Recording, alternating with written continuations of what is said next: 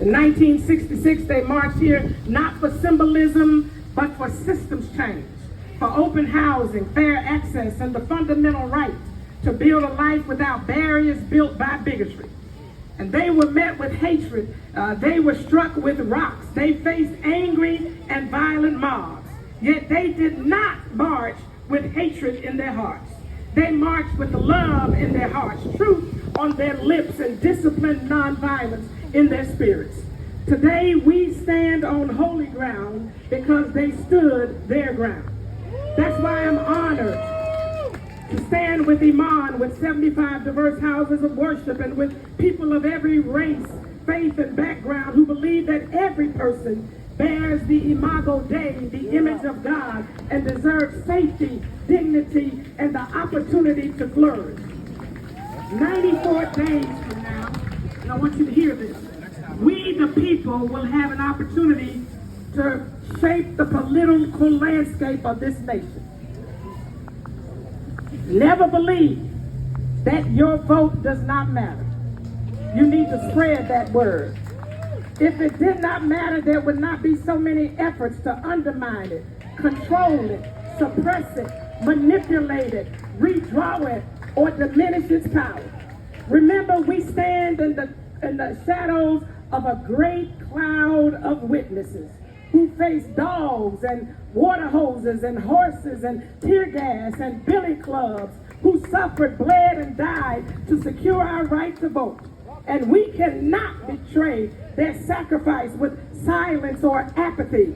We must march on the ballot boxes and vote this November like the quality of our very lives depends on it, because it literally does. But hear me, voting alone is not enough. Dr. King reminded us that injustice anywhere is a threat to justice everywhere.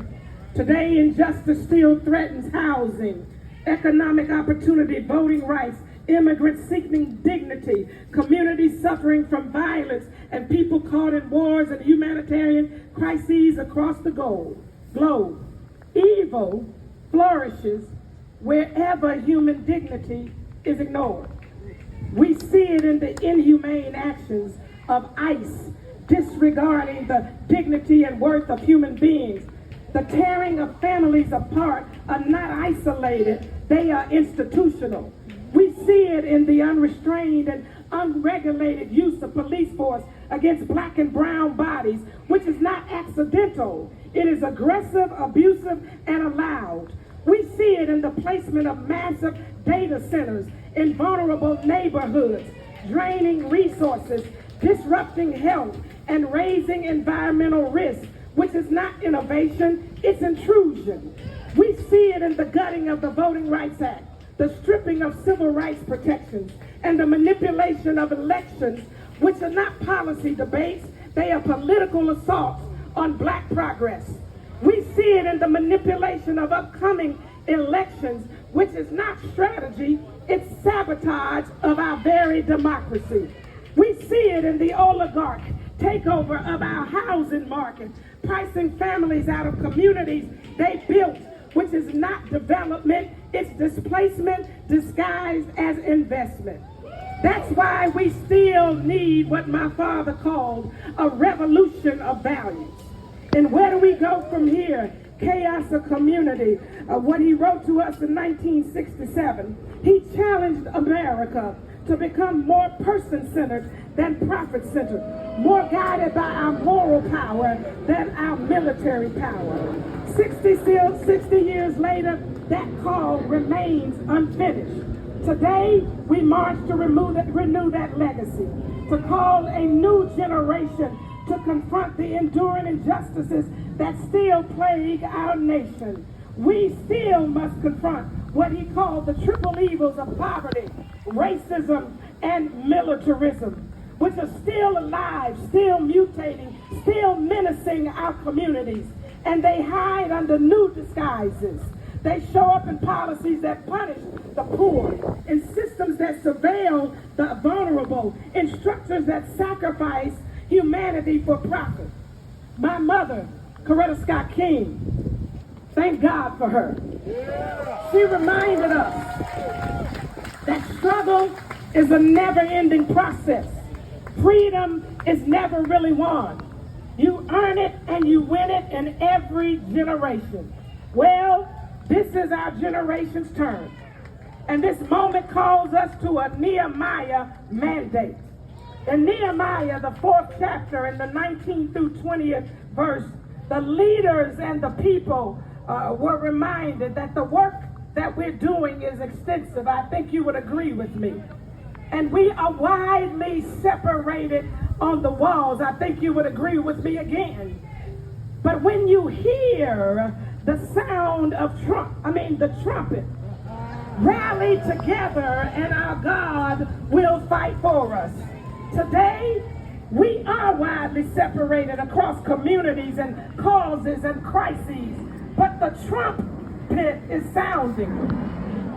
It's calling us to rebuild together, to do massive organizing in units of power, because the walls of justice cannot be rebuilt by isolated individuals or organizations working in silos. Across this nation, we must organize our faith, like you've done here, our communities, our resources, and our courage into what my father called compelling power. Power strong enough that those who govern cannot ignore the demands of justice. Only love, organized, courageous, disciplined love expressed through nonviolence can transform our communities and our nations. Nonviolence right now is necessary and essential, contrary to what many people may believe, because it's not a tactic. It's not a momentary strategy, but it is a moral, spiritual, and social way of life. Nonviolence is courageous confrontation, creative compassion, constructive resistance, and consistent commitment. It is the discipline that keeps us from becoming what we oppose.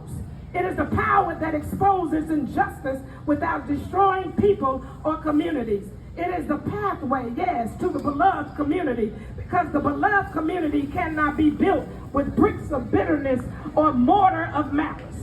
Chicago, today we marched not only into a park, we marched into purpose and prophetic possibility. Not in memory, but into movement.